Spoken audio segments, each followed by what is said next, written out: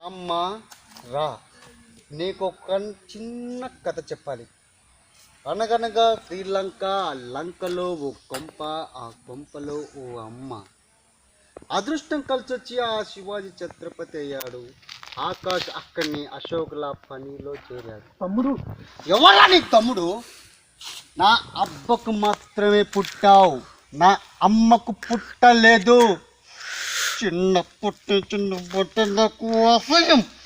చంపేద్దామన్నంత కసి. ఆ కడుపు మంటతోనే నువ్వు అమ్మకు సచ్చావని అబోధం చెప్తా బ్రతికేసావు. నన్ను ఏమన్నా చెయ్యి తమ్ముడు. అమ్మ ఎక్కడుందో చెప్పు తమ్ముడు. అమ్మ కావడా నీకు? అమ్మ కావడా నీకు? అమ్మా, నేను ఛత్రపతి గారికి పనిచేస్తానని చెప్పాను కదమ్మా. అతను ఒక అమ్మాయి మర్డర్ చేస్తే నేను చూశానమ్మా. నన్ను చెప్పాలని చూస్తాను కదమ్మా.